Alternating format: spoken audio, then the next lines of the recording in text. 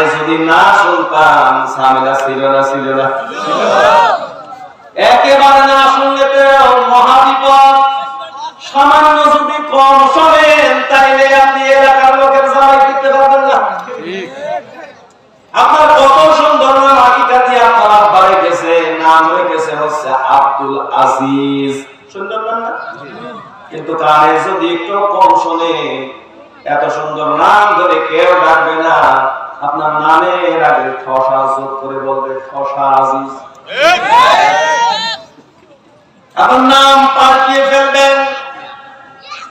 আমার ভাই, আল্লাহ তাআলা আমাদেরকে রব নামের খাতিরে শ্রবণ শক্তি দিয়েছে। পৃথিবীতে এমন লোক সমাজে খুঁজতে পাবেন, কোন গ্রামে একটা দুইটা পাওয়া যাবে, কথাও বলতে পারে না, একেবারে কানেও শোনে না। আছে না নেই? আমাদের 14 গোষ্ঠীর কথা যে আল্লাহ আমাকে আপনাকে ওই রকম বানাই নাই।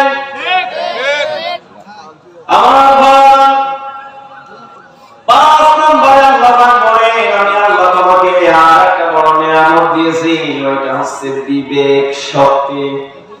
আমি যতটুকু পড়াশোনা করেছি আমার মনে হয় এইটাই হচ্ছে সবচাইতে দামি জিনিস। কারণ কোন মানুষের ভিতরে যখন বিবেক কাজ করে না, ওই লোক আর বড় সাগরের ভিতরে কোনো পার্থক্য থাকে না। কোরআনে কারীম জানিয়েছে, ওয়ালা তাসাওয়ানা বিজাহান্নামা কাসীরাম মিনাল জিন্নি ওয়াল ইনসি লাহুম কুলুবুন লা ইয়াফকাহুনা বিহা ওয়া লাহুম আ'য়ুনুন লা ইউবসিরুনা বিহা ওয়া লাহুম আযানুন লা يسمعون بها أولئك كالأنعام بل هم أضل أولئك هم الغافلون جل الله أكبر قرآن كريم سورة আরাফ থেকে বলছি 9 নম্বর পারা 13 নম্বর পৃষ্ঠার প্রথম নম্বর লাইনে আছে আল্লাহ পাক বলেন, কিয়ামতের দিন বহুসিন ইনসান দিয়ে আমি আল্লাহ আমার জাহান্নাম ভরে ফেলবো। কেন জানো? এই কারণে লাহুম কুলুবুন লা ইয়াফকাহুনা বিহা, আমি আল্লাহ তাদেরকে অন্তর দিয়েছি, এরপরে তারা বুঝে না বোঝার ভান করে। এরকম লোক দেশে সমাজে রাষ্ট্রে আছে না নেই? আছে। সব বোঝে, কারা এর পক্ষে, কারা জনগণের বন্ধু, কারা জনগণের কল্যাণ চায়, দেশের কল্যাণ চায়, কারা নিরপরাধ মানুষের প্রতি জুলুম করে না, কারা ইনসাফের উপরে আছে, সব বোঝে। কিন্তু বুঝেও না বোঝার ভান করে, কারণ বুঝলে সভাপতির পদ থাকবে না।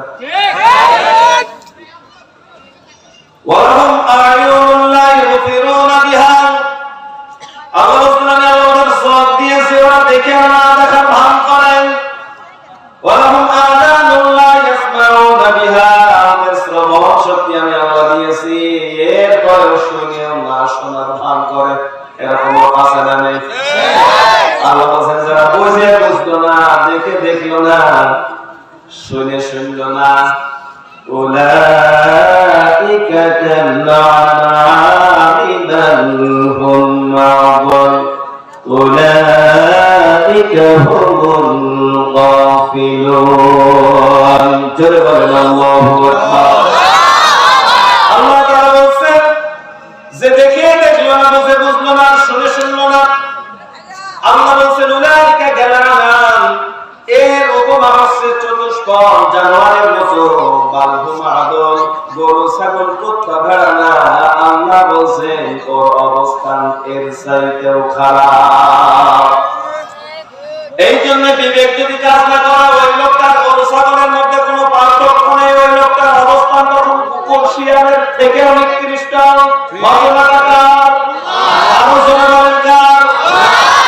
এই জন্য বিবেক নামক যে শক্তি আল্লাহ দিয়েছে, ওইটা কাজে লাগানো লাগবে। মাঝে মাঝে এমন কিছু কাজ করি, আমার মাঝে মাঝে মনে হয় যে শয়তান পর্যন্ত দূরের থেকে মনে মনে চিন্তা করে, হবে আল্লাহ তুমি আবার শয়তান বানাইছো এই লোকদের সতীরা তুমি। আমার ভাই এই জন্য বিবেক কাজে লাগানো লাগবে, কারণ পৃথিবীতে যা করি না কেন রবের দরবারে আমাদের ফেরা লাগবে। ঠিক।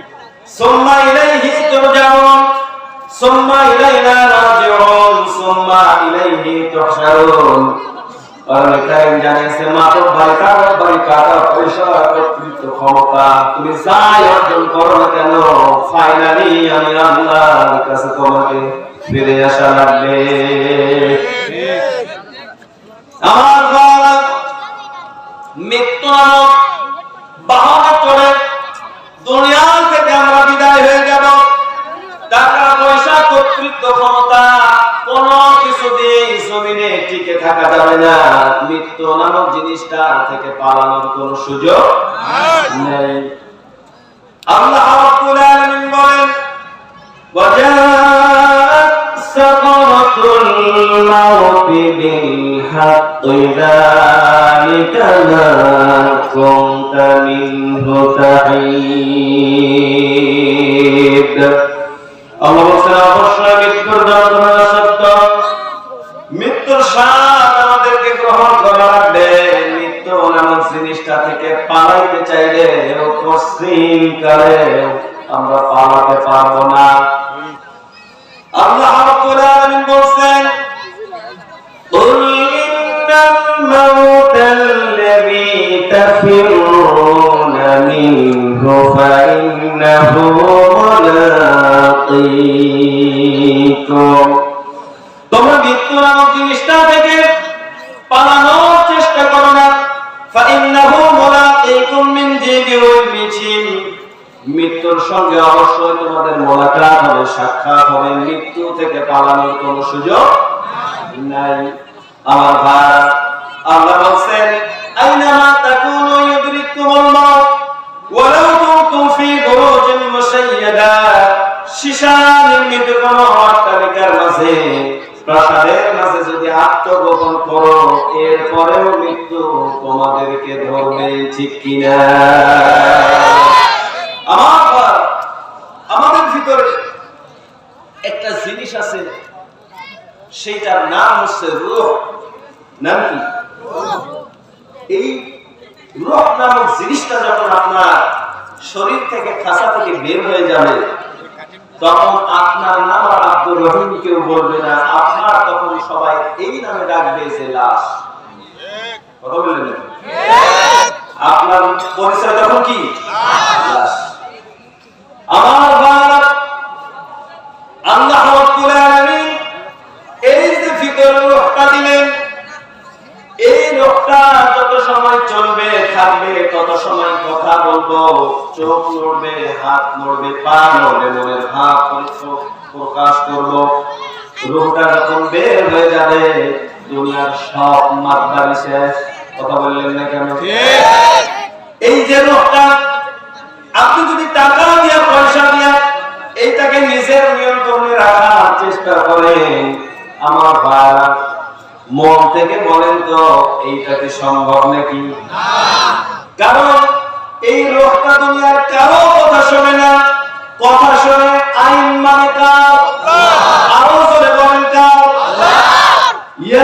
ইয়াসআলুনাকা আনির রূহ কুলির রূহু মিন আমরি রাব্বি ওয়া মা أوتيتم من العلم إلا قليلا।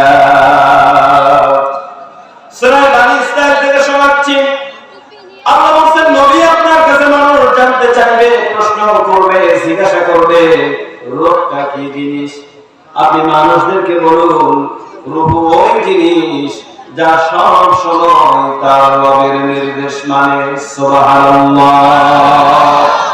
টাকা দিয়া পয়সা দিয়া অস্ত্রের ভয় দেখায়া রূহটাকে নিজের খাঁচার মধ্যে নিজের নিয়ন্ত্রণে আপনি চাইলেও রাখতে পারবেন না, ঠিক কিনা? আমার ভারত টাকা দিয়া পয়সা দিয়া সারা জীবন টিকে থাকা যেত। আমার যতটুকু ধারণা, কারণ তারা যত সম্পদ দিয়েছিল, আমার মনে হয় কারণ কোনদিন মরত না। তাফসীরে বাইজানির মধ্যে আছে, মুফাসসির লিখেছেন কারণকে আল্লাহ তাআলা এত সম্পদ দিয়েছিলেন, তার গোডাউনের চাবি বহন করার জন্য অন্তত 40টা মোটা তাজা অশ্ব লাগত, ঘোড়া লাগত। গোডাউনের চাবি বহন করার জন্য ঘোড়া লাগত কয়টা? 40টা। আপনাদের মনোযোগ দেন, কয়টা? 40টা। গোডাউনের চাবি বহন করার জন্য যদি ঘোড়া 40টা, তাইলে চিন্তা করেন গোডাউন ছিল কত আর তার মালামাল সম্পদ ছিল কত। এখন প্রশ্ন হচ্ছে, এত টাকা পয়সা সম্পদের মালিক হওয়ার পরেও এই সম্পদের গুণে কি কারণ পৃথিবীতে জমিনে সারা জীবন টিকে থাকতে পেরেছে? না। তাইলে বোঝা গেল টাকা দিয়া জমিনে সারা জীবন টিকে থাকা যাবে না। আল্লাহ রাব্বুল আলামিন ক্ষমতা দিয়েছিলেন এই পৃথিবীতে 4 জন ব্যক্তিকে। এত বড় মুলকিয়াত, এত বড় বাদশাহিতা আসমানের নিচে জমিনের উপরে আর কাউকে দেন নাই। 4 জনকে দিয়েছিলেন, 2 জন মুমিন, 2 জন কাফের। 2 জন মুমিন, একজন হচ্ছে যুলকারনাইন, আরেকজন হচ্ছে হযরত সুলাইমান আলাইহিস সালাম। 2 জন কাফের, একজন হচ্ছে বাখতার নসর, আরেকজন হচ্ছে মিস্টার নমরুদ। এই 4 জনকে আল্লাহ তাআলা যত বড় মুলকিয়াত দিয়েছিলেন, যত বড় রাজত্ব তারা শাসন করত, এত বড় ক্ষমতা আল্লাহ আসমানের নিচে জমিনের উপরে আর কাউকে দেন নাই। কিন্তু প্রশ্ন হচ্ছে, এত বড় শাসক, ক্ষমতাধর, প্রধানমন্ত্রী, প্রেসিডেন্ট হওয়ার পরেও এই ক্ষমতার দাপটে কি তারা জমিনে চিরকাল টিকে থাকতে পেরেছে? না। তাইলে বোঝা গেল যখন সময় আসবে টাকা দিয়া, কর্তৃত্ব দিয়া, ক্ষমতা দিয়া জমিনে টিকে থাকা যাবে না, রবের দরবারে আমাকে আপনাকে ফিরে যাওয়াই লাগবে, ঠিক কিনা? কিন্তু কিছু মানুষ এই পরকালকে বিশ্বাস করে না। আমার ভাই, তারা বলে দুনিয়াটা মস্ত বড়, খাও দাও ফুর্তি করো, আগামীকাল বাঁচবে কিনা বলতে পারো। দুনিয়া কা মাসালে দুনিয়া তোমারি হে, দুনিয়া খাও দাও, হাসি তামাশা করো, আনন্দ করার জায়গা। ইচ্ছা তারা মনে করে পরকাল কিছু নেই। এইটা শুধু এখনকার বুদ্ধিজীবী মার্কায় কিছু মানুষ বলে, তা না। ওই সময় তদানীন্তন সময় আল্লাহ নবী যখন মানুষদেরকে রবের সাক্ষাতের ভয় দেখাতো, তার জবাবদিহিতার ব্যাপারে যখন তিনি সতর্ক করতেন, ওই সময় কাফেররাও বলতো, ক্বালু আইযা কুন্না ইযামান ওয়ারফাতান আইন্না লানাবউতুনা খালকান জাদীদা। আমরা যখন মারা যাব, মাটির সঙ্গে মিশে যাব, আমাদের কি নতুন করে আবার জিন্দা করা হবে? এই প্রশ্ন করতো কাফেররা। কারা? সবাই বলেন। সূরা বনী ইসরাঈল থেকে শোনাচ্ছি। সঙ্গে সঙ্গে আল্লাহ তাআলা নবীকে জানিয়ে দিলেন, নবী পৃথিবীর মানুষদেরকে আপনি জানিয়ে দিন, কুল কুনু হিজারাতান আও হাদীদা। তোমরা যদি মরে গিয়া মাটির সঙ্গে মিশে গিয়া পাথর কিংবা লোহা হয়ে যাও, এরপরে আল্লাহ রাব্বুল আলামিন আবার তোমাদের জিন্দা করবেন। সুবহানাল্লাহ। আমার বাপ, রবের দরবারে আমাদেরকে ওঠাই লাগবে। আমরা যখন মারা যাব, আমাদেরকে কবরে রেখে আসা লাগবে। জবাবদিহিতার ভয় জন্য ভিতরে রাখা লাগবে। আল্লাহর দরবার থেকে ছাড় হওয়ার কোনো সুযোগ নাই ঈমান আর আমল ছাড়া, ঠিক কি না? শুরুতে আমি হাদিস তিলাওয়াত করেছিলাম। আনা আবি হুরায়রা রাদিয়াল্লাহু তাআলা আনহু قال قال رسول ইন্নাল্লাহা লা ইয়ানসুরু ইলা সুওয়ারিকুম ওয়া আমওয়ালিকুম ওয়ালাকিন ইয়ানসুরু ইলা কুলুবিকুম ওয়া আমালিকুম ওয়া নিয়াতিকুম ইলা আখিরিল হাদিস রাওয়াহু তিরমিজি। আল্লাহ রাসূলের জলিলুল কদর সাহাবী হযরত আবু হুরায়রা রাদিয়াল্লাহু তাআলা আনহু হাদিসটি বর্ণনা করেন।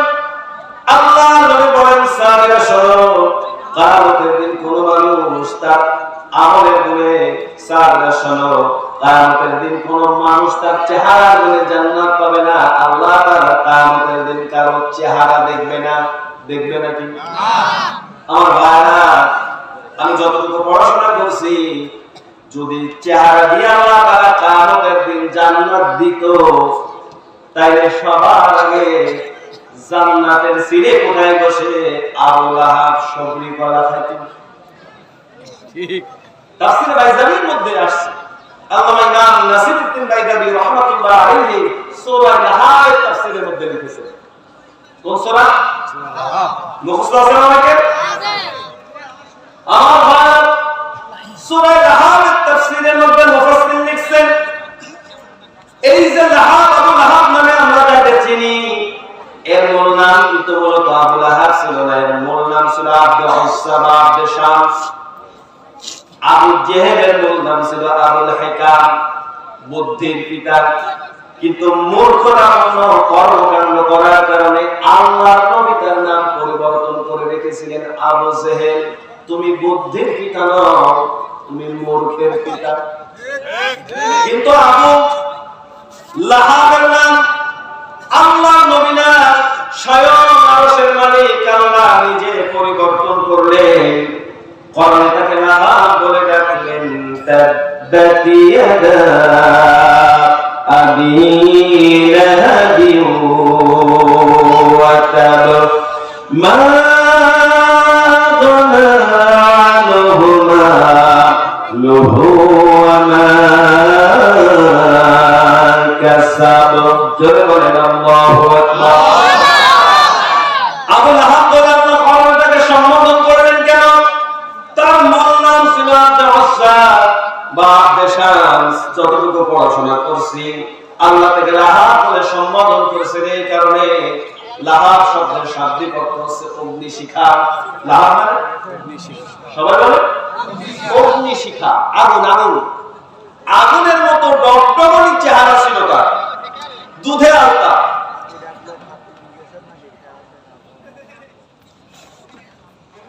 আমার ভারত দুধের মাঝে আলতা ঢেলে দিলেন, সেই রকমের ডগডগানি রং হয়, ওই রকমের ডগডগানি আগুনের মতো জলজলে চেহারা ছিল আবু লাহাবের।